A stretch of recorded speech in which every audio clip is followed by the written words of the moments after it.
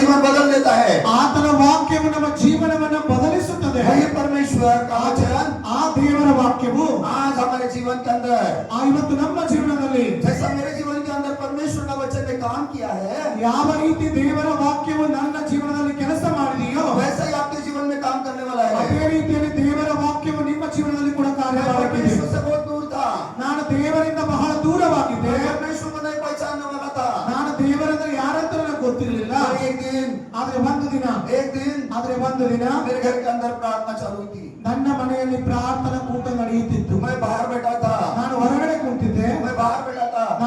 ಕುಂತಿದ್ದೆ. परमेश्वर की आत्मा मुझे बात की, ದೇವರ ಆತ್ಮವು ನನ್ನೊಂದಿಗೆ ಮಾತಾಡಿದ. परमेश्वर की आत्मा ने मुझे बात किया ದೇವರ ಆತ್ಮವು ನನ್ನೊಟ್ಟಿಗೆ ಮಾತನಾಡಿದನು. और कहा, ಆತನು ಹೇಳಿದನು, हे मेरे बेटे, ಓ ನನ್ನ ಮಗನೇ, हे मेरे बेटे, ಓ ನನ್ನ ಮಗನೇ, मैं तेरे से प्यार करता हूँ, ನಾನು ನಿನ್ನನ್ನು मैं ಪ್ರೀತಿಸುತ್ತೇನೆ. तेरे से प्यार करता हूँ। ನಾನು ನಿನ್ನನ್ನು जो ಪ್ರೀತಿಸುತ್ತೇನೆ. परमेश्वर ने मेरे ऊपर प्रेम किया है, ದೇವರು ನನ್ನ ಮೇಲೆ ಪ್ರೀತಿ जो ಮಾಡಿದ್ದಾನೆ. मेरे जीवन के अंदर चमत्कार किया है, ನನ್ನ ಜೀವನದಲ್ಲಿ ಅದ್ಭುತಗಳನ್ನು जो ಮಾಡಿದ್ದಾನೆ. मेरे जीवन में बदल दिया है, ನನ್ನ ಜೀವನವನ್ನು ದೇವರು वही ಬದಲಾಯಿಸಿದ್ದಾನೆ. परमेश्वर आपके जीवन में कार्य करने वाला ಅದೇ है। ದೇವರು ನಿಮ್ಮ ಜೀವನವನ್ನು ಬದಲಾಯಿಸಲಿಕ್ಕಿದ್ದಾನೆ. Hallelujah, hallelujah, hallelujah. ಹಾಲೆಲೂಯಾ. परमेश्वर की उपस्थिति यहाँ पर है, ದೇವರ ಪ್ರಸನ್ನತೆ ಇಲ್ಲಿ ನಡೆಯಲಿದೆ. परमेश्वर की सामर्थ्य यहाँ पर है। ದೇವರ ಶಕ್ತಿ ಇಲ್ಲಿದೆ. परमेश्वर आपको देखना चाहता है, ದೇವರು ನಿಮ್ಮನ್ನು ನೋಡಲು ಇಷ್ಟಪಡುತ್ತಾ परमेश्वर ಇದ್ದಾನೆ. आपको बुलाना चाहता है। ದೇವರು ನಿಮ್ಮನ್ನು ಕರೆಯಲು ಇಷ್ಟಪಡುತ್ತಾ ಇದ್ದಾನೆ. Hallelujah, hallelujah, hallelujah. ಹಾಲೆಲೂಯಾ. जो परमेश्वर का वचन जीवित है, ದೇವರ ವಾಕ್ಯವು जो ಸಜೀವವಾಗಿದೆ. परमेश्वर का वचन सामर्थ्य से भरा हुआ है, ದೇವರ ವಾಕ್ಯವು ಬಲ ಶಕ್ತಿಯಿಂದ वो ತುಂಬಿದೆ. आज हमको चंगाई देने वाला है। ಆತನ ಪ್ರತಿಯೊಂದು ವಚನ ನಮಗೆ ಕೊಡಲಿಕ್ಕಿದ್ದಾನೆ. परमेश्वर आज हमको आशीष देने वाला है। ದೇವರು ಇವತ್ತು ನಮ್ಮನ್ನು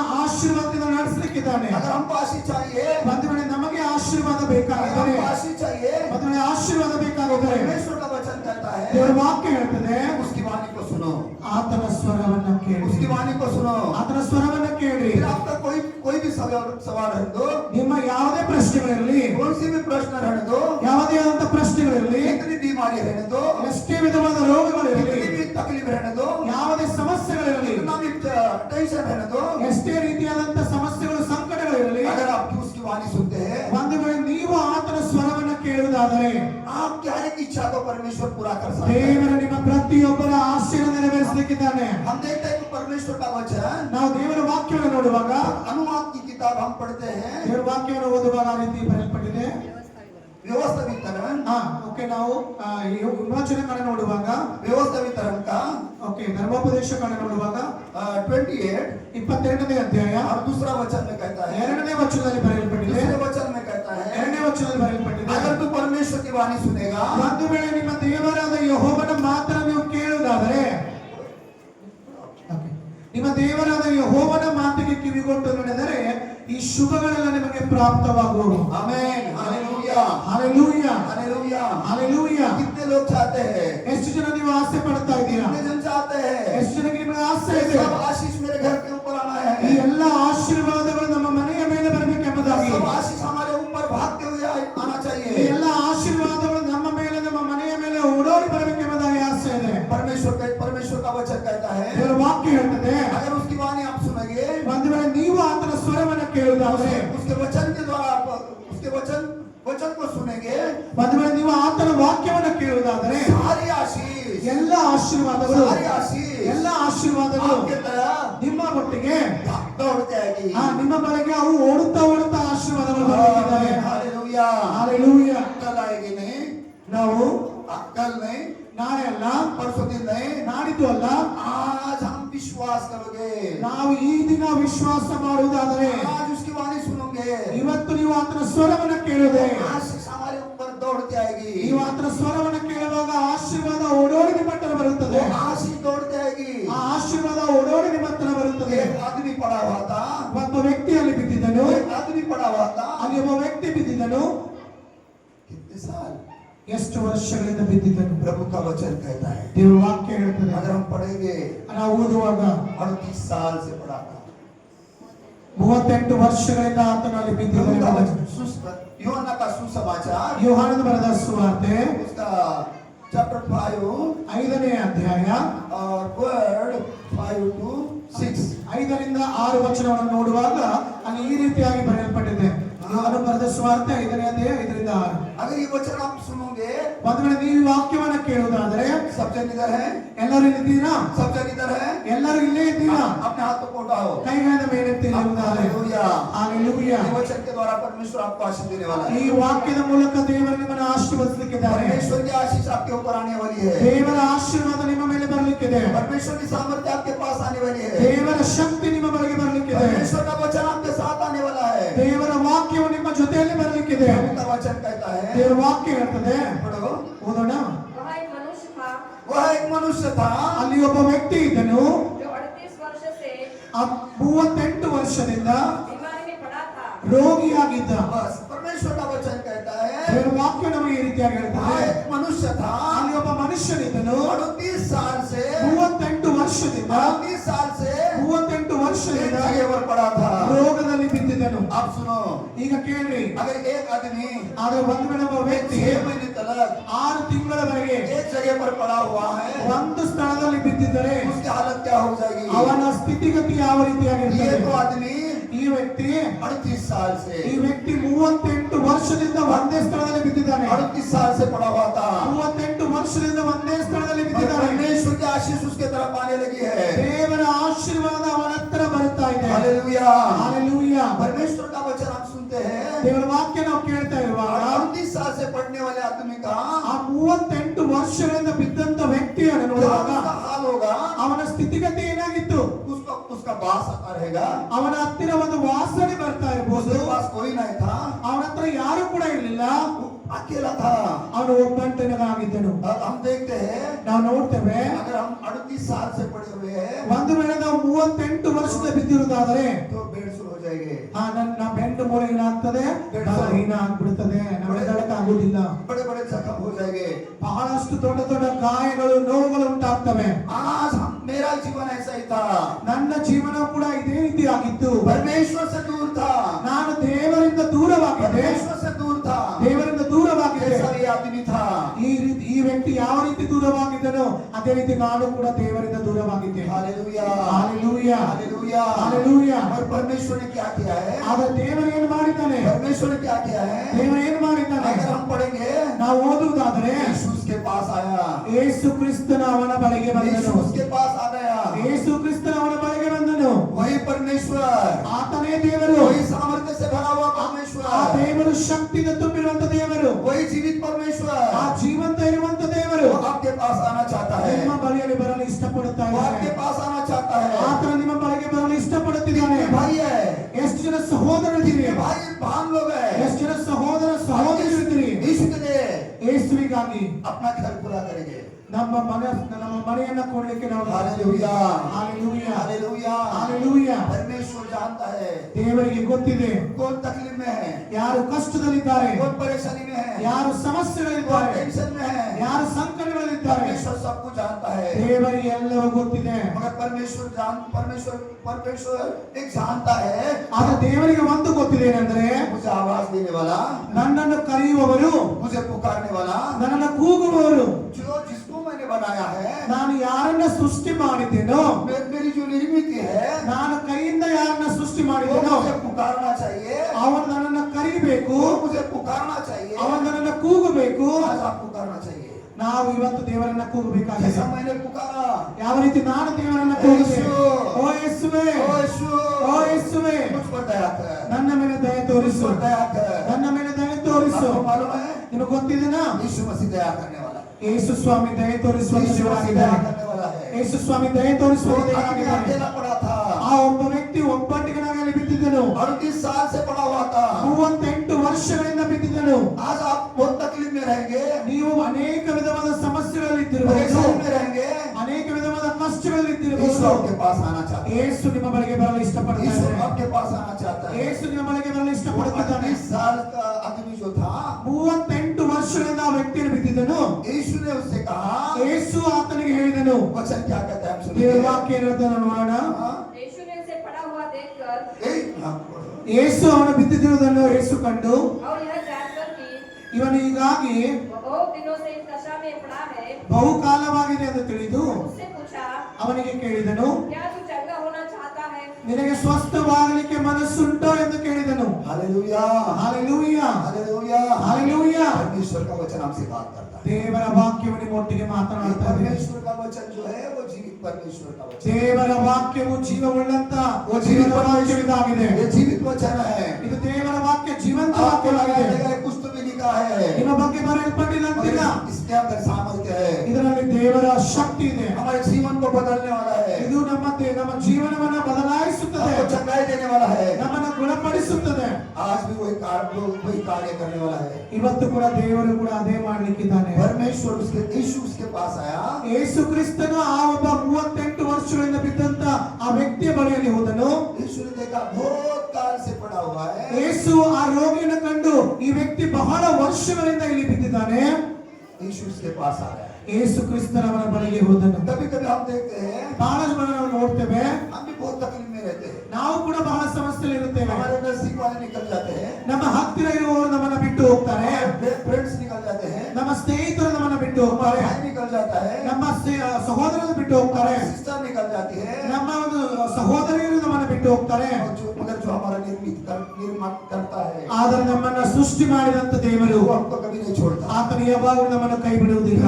क्योंकि हम उसकी निर्मित है, ಯಾಕಂದ್ರೆ ನಾವು ಆತನ ಕೈ क्योंकि हम ಕೆಲಸವಾಗಿದ್ದೇವೆ, उसकी निर्मित है। ನಾವು ಆತನ ಕೈ वो ಕೆಲಸವಾಗಿದ್ದೇವೆ. जानता है, ಆತನಿಗೆ ಗೊತ್ತಿದೆ, वो जानता है ಆತನಿಗೆ ಗೊತ್ತಿದೆ इसका नाश ना हो, ಇವನ ನಾಶವಾಗಬಾರದೆಂಬುದಾಗಿ, ಈ ವ್ಯಕ್ತಿ ನಾಶ ಹೊಂದಬಾರದೆಂಬುದಾಗಿ. परमेश्वर आज आपके पास आया है, ಅದೇ ಉದ್ದೇಶದಿಂದ ದೇವರು ಇವತ್ತು ನಿಮ್ಮ ಬಳಿಗೆ ಬಂದಿದ್ದಾನೆ. परमेश्वर का वचन आपके पास आया है। ದೇವರ ವಾಕ್ಯವು ನಿಮ್ಮ ಬಳಿಯಲ್ಲಿ ಬಂದಿದೆ. Hallelujah, hallelujah, hallelujah. ಹಾಲೆಲೂಯಾ. यीशु उस आदमी के पास आया, ಯೇಸು ಕ್ರಿಸ್ತನು ಆ ರೋಗಿಯ ಹತ್ತಿರ ಹೋದನು. बहुत काल पड़ा हुआ था, ಆ ವ್ಯಕ್ತಿ ಬಹಳ ದಿನಗಳಿಂದ ವರ್ಷಗಳಿಂದ ಬಿದ್ದಿದ್ದನು. यीशु ने उससे कहा, ಯೇಸು ಕ್ರಿಸ್ತನ ಆತನಿಗೆ क्या ಹೇಳಿದನು, आप ठंडाई चाहते हैं, ನೀನು ಸ್ವಸ್ಥವಾಗಲಿಕ್ಕೆ ನಿನಗೆ ಮನಸ್ಸುಂಟು, क्या आप ठंडाई चाहते हैं, ನಿಮಗೆ ಸ್ವಸ್ಥವಾಗಲಿಕ್ಕೆ क्या आप ಮನಸ್ಸಿದೆನಾ, छुटकारा चाहते हैं? ನಿಮಗೆ ಬಿಡುಗಡೆಗೆ ಆಗಲಿಕ್ಕೆ ಮನಸ್ಸಿದೆನಾ? उसने कहा, ಆತನು ಹೇಳಿದನು, हे प्रभु, ಓ ಪ್ರಭುವೇ, ओ प्रभु, ಓ ಪ್ರಭುವೇ, मेरा कोई भी नहीं। ನನಗೆ ಯಾರು ಕೂಡ ಇಲ್ಲ.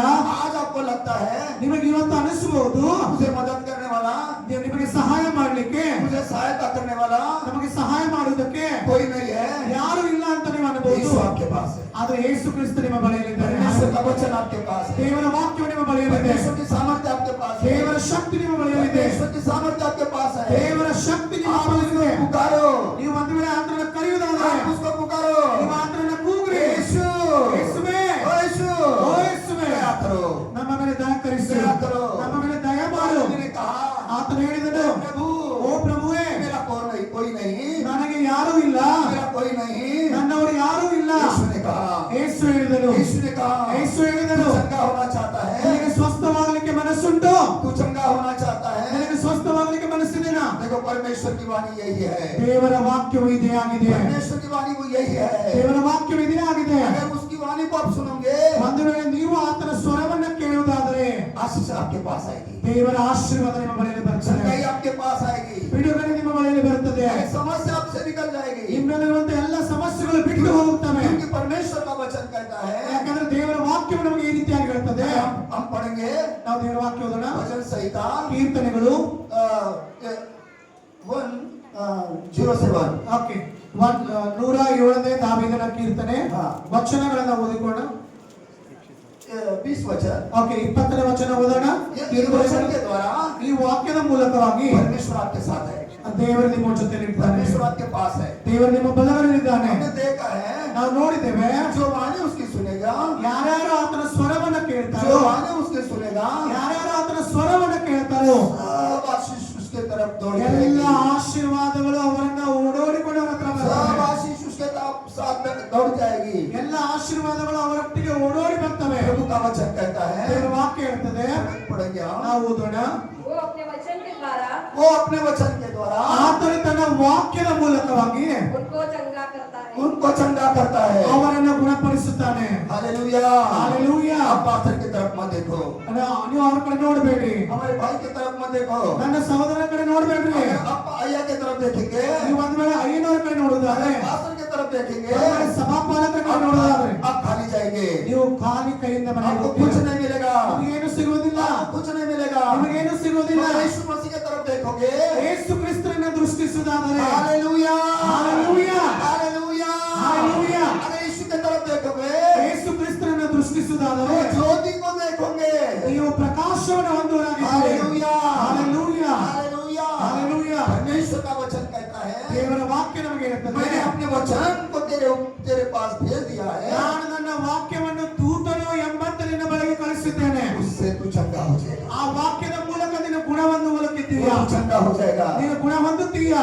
ये वचन क्या है ಈ ವಾಕ್ಯ ಯಾರಾಗಿದ್ದಾರೆ आपको मालूम है ನಿಮಗೆ ಗೊತ್ತಿದೆನಾ? वचन मतलब क्या है ವಾಕ್ಯ ಎಂದರೆ ಏನು ನಿಮಗೆ ಗೊತ್ತಿದೆನಾ? प्रभु का वचन कहता है ದೇವರ ವಾಕ್ಯ ಹೇಳ್ತದೆ. अगर यूहन्ना के सुसमाचार ನಾವು ಯೋಹಾನನ ಬರೆದ ಸುವಾರ್ತೆ फर्स्ट चैप्टर पढ़ोगे ಮೊದಲನೇ ಅಧ್ಯಾಯ ಓದುವಾಗ उसमें ऐसा लिखा है ಈ ರೀತಿಯಾಗಿ ಬರೆಯಲ್ಪಟ್ಟಿದೆ.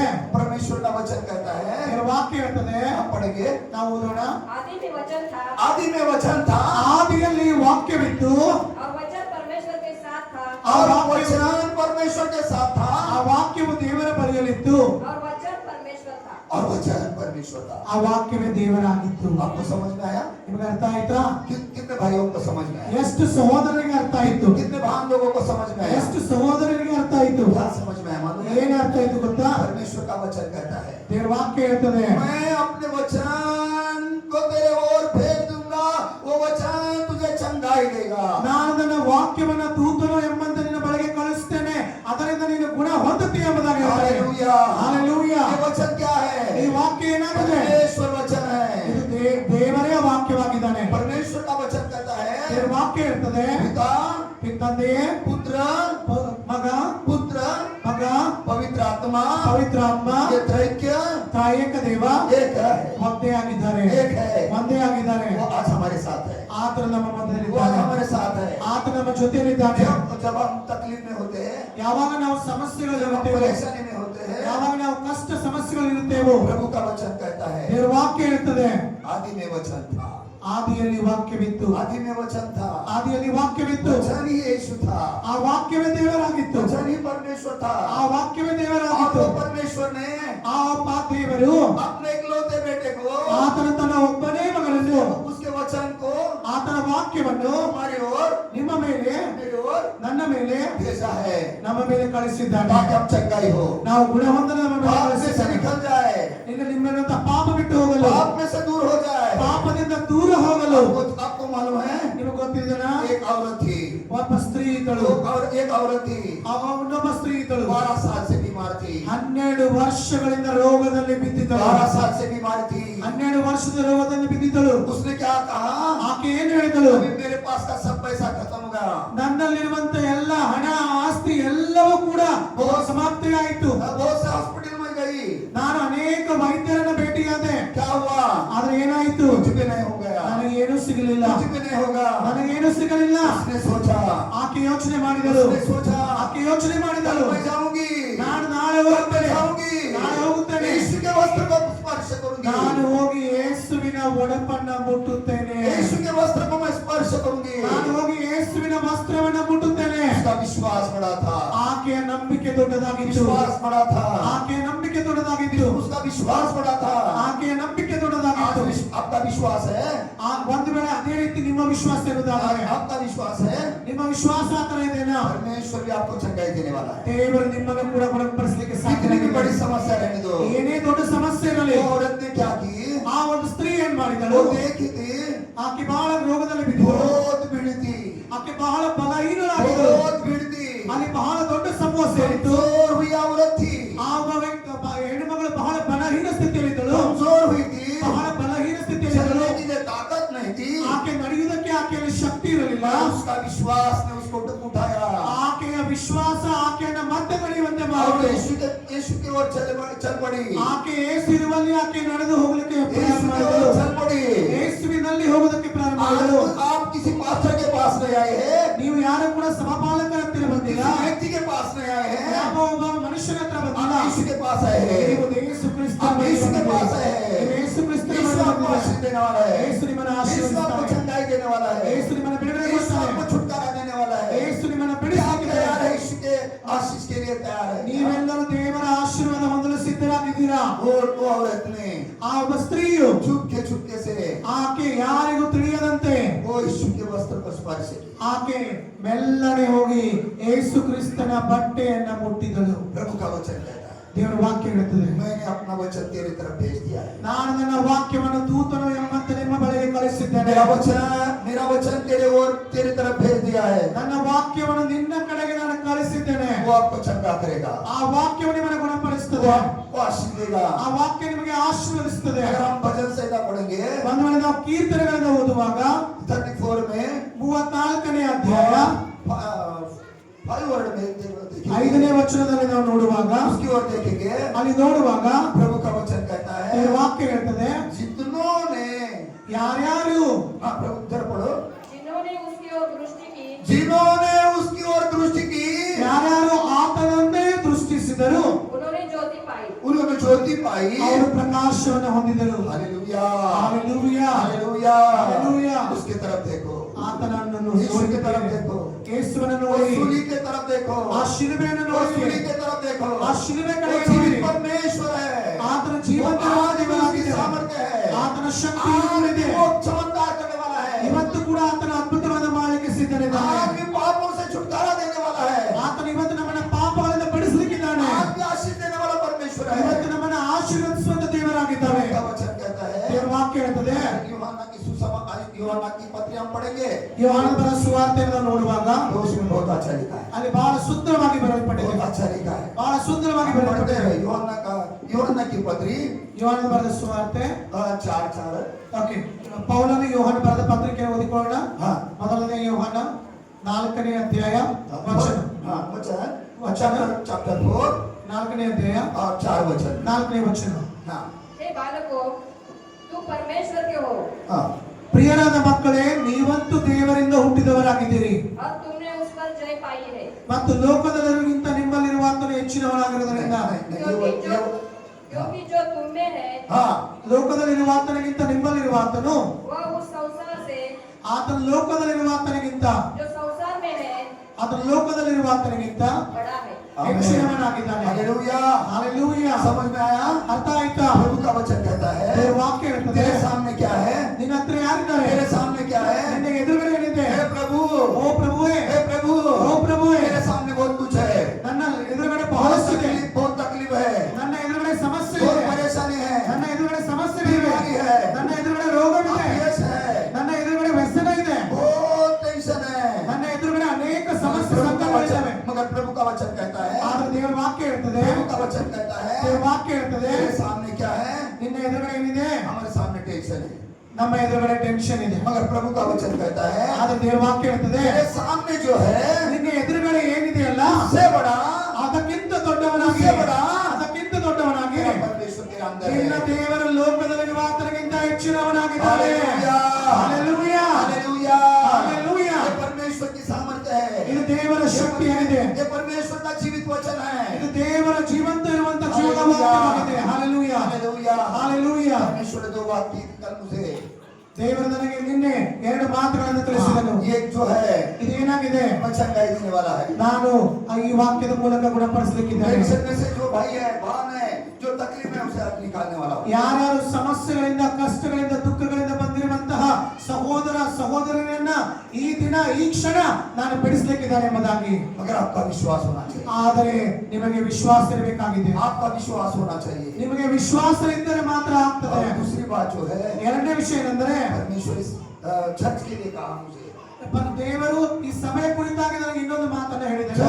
ये चर्च के लिए परमेश्वर एक बात मुझे दिखाई, ಈ सभೆಗೋಸ್ಕರ ದೇವರು ನಮಗೆ ದರ್ಶನದಲ್ಲಿ ಒಂದು ಮಾತನ್ನು ಹೇಳಿದನು. परमेश्वर एक बड़ी आशीष देने वाला है। ದೇವರು ಒಂದು ದೊಡ್ಡ ಆಶೀರ್ವಾದ ये ಕೊಡಲಿದ್ದಾರೆ. चर्च के अंदर जो बड़े जो मेंबर लोग हैं, ಈ ಚರ್ಚ್ ನಲ್ಲಿ ಇರುವಂತ ಏನು ಸಭಾ ಸಮಿತಿಯ ಸದಸ್ಯರಿದ್ದಾರೆ ಅಥವಾ ಸದಸ್ಯರಿದ್ದಾರೆ, 15 लोगों को परमेश्वर खड़ा करने वाला है। 15 ಜನರನ್ನ ಆತನ ಸೇವೆಗಾಗಿ 15 लोगों ನೇಮಿಸಿದ್ದಾರೆ. को परमेश्वर खड़ा करने वाला है। 15 ಜನರನ್ನ ದೇವರು और ನೇಮಿಸಿದ್ದಾರೆ. ये चर्च का जो काम रहना है ಈ ಒಂದು ದೇವಾಲಯದ ಏನು ಕೆಲಸ ಉಳಿದಿದೆ वो पूरा करने वाला है। ಆತನ ये ಪರಿಪೂರ್ಣಗೊಳಿಸಲಿಕ್ಕೆ परमेश्वर के आत्मा ने कल मुझे बताई है। ಇದು ದೇವರ ಆತ್ಮನ ನಿನ್ನೆ ನನಗೆ ತಿಳಿಸಿದನು. हम परमेश्वर के भवन की तरफ देखना है।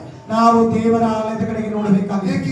किसी पास्टर का चर्च नहीं, ಇದು ಯಾವ ಸಭಾಪಾಲಕರ ಸಭೆಯಲ್ಲ, किसी चर्च मेंबर का चर्च नहीं, ಇದು ಯಾವುದೇ ಸಭಾ ಸಮಿತಿಯವರ ಅಥವಾ ಸದಸ್ಯರ ಸಭೆಯಲ್ಲ. ये चर्च किसका है? ಇದು ಸಭೆ ಯಾರ್ದಾಗಿದೆ? परमेश्वर का वचन कहता है, ದೇವರ ವಾಕ್ಯ ಹೇಳ್ತದೆ, परमेश्वर का वचन कहता है, ದೇವರ ವಾಕ್ಯ ಹೇಳ್ತದೆ, ये मेरे पिता का, ಇದು ನನ್ನ ತಂದೆಯ, ये मेरे पिता का ಇದು ನನ್ನ ತಂದೆಯ प्रार्थना घर है, ಪ್ರಾರ್ಥನಾಲಯವಾಗಿದೆ. प्रार्थना घर है। ಪ್ರಾರ್ಥನಾಲಯವಾಗಿದೆ. आप उसकी तरफ देखना है, ನಾವು ಇವತ್ತು ಆತನ आप ಕಡೆಗೆ उसकी ನೋಡೋಣ. तरफ देखना है। ನಾವು ಆತನ ಕಡೆಗೆ ದೃಷ್ಟಿಸೋಣ. ನಾವು ಓದೋಣ.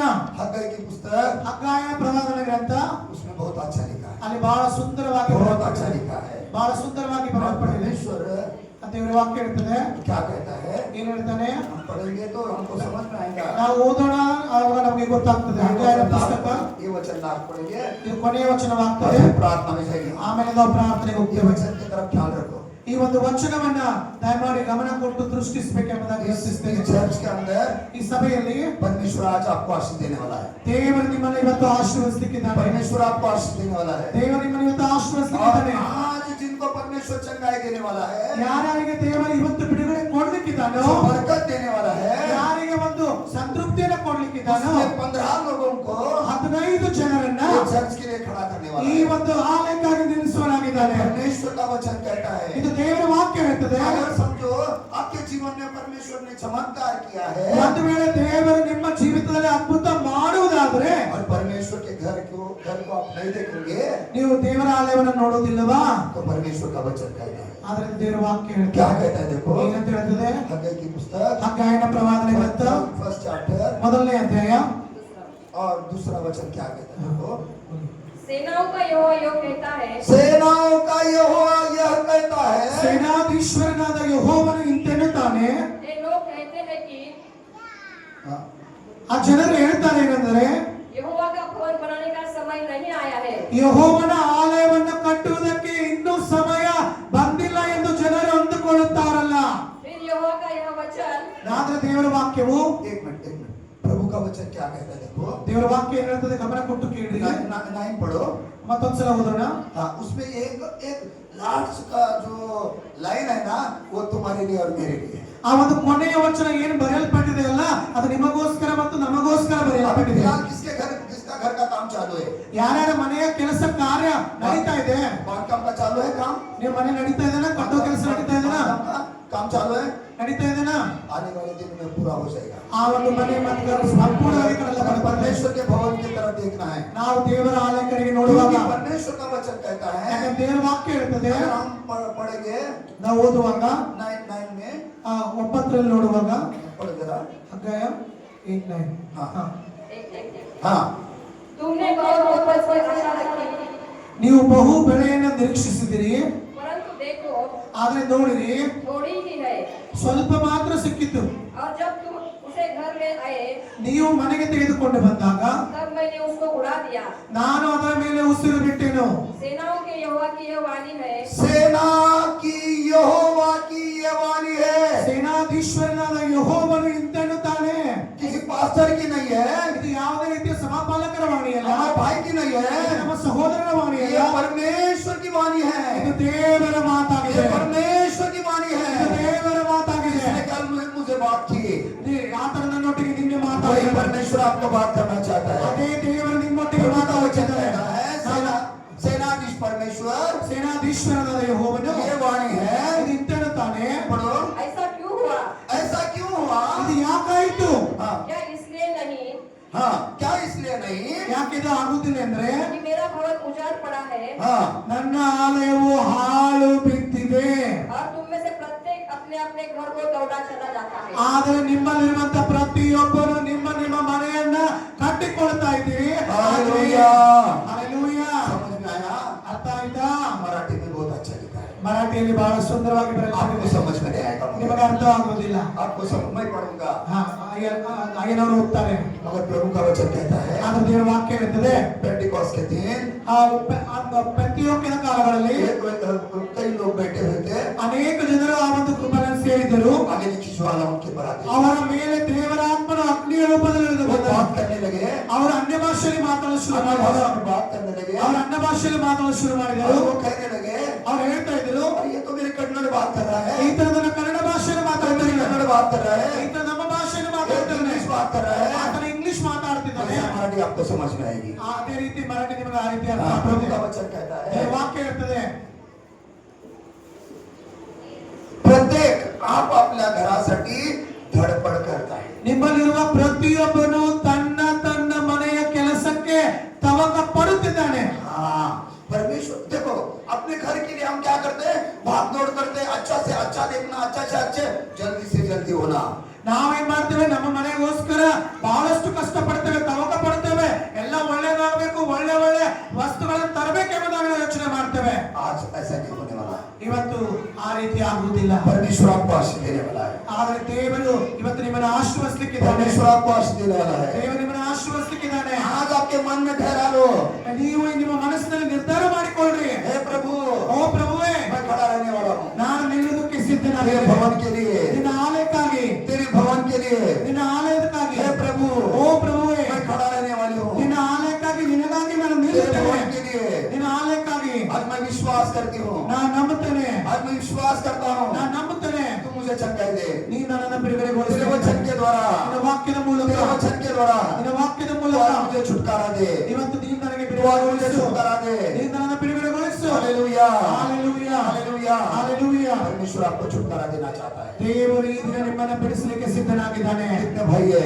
ಎಷ್ಟು ಜನ ಸಹೋದರರಿದ್ದೀರಾ कितने भाई लोग है, ಎಷ್ಟು ಜನ ಮಹಿಳೆಯರಿದ್ದೀರಾ कितने बहन लोग है, ಎಷ್ಟು ಜನ ಸ್ತ್ರೀಯರಿದ್ದೀರಾ ಅಥವಾ आज ಸಹೋದರಿದ್ದೀರಾ आपके जीवन में चमत्कार होना चाहता है। ಇವತ್ತು ಈ ದಿನ ಈಗ ನಿಮ್ಮ ಜೀವನದಲ್ಲಿ ಅದ್ಭುತ ನಡೀಲಿಕ್ಕಿದೆ आज आपके लिए प्रार्थना की जाएगी। ನಾವು ನಿಮಗೋಸ್ಕರ ಪ್ರಾರ್ಥನೆ ಮಾಡ್ತಾ जो ಇದ್ದೇವೆ आपसे हर बहन आपके लिए प्रार्थना करेगी। ಇಲ್ಲಿ ದೂರದಿಂದ ಬಂದಿರುವಂತ ನಮ್ಮ ಜೊತೆಲಿ ಬಂದಿರುವಂತ ಆ ಒಂದು ಸಹೋದರಿಯರು ನಿಮಗೋಸ್ಕರ ಪ್ರಾರ್ಥನೆ हर ಮಾಡ್ಲಿಕ್ಕಿದ್ದಾರೆ भाई प्रार्थना करेगा। ನಾವು ನಮ್ಮ ಸಹೋದರ ನಿಮಗೋಸ್ಕರ ಪ್ರಾರ್ಥನೆ ಮಾಡ್ತಾರೆ प्रभु को धन्यवाद। ದೇವರಿಗೆ ವಂದನೆ आप ಸಲ್ಲಿಸುತ್ತೇವೆ अपने जगह पर खड़ा रहना।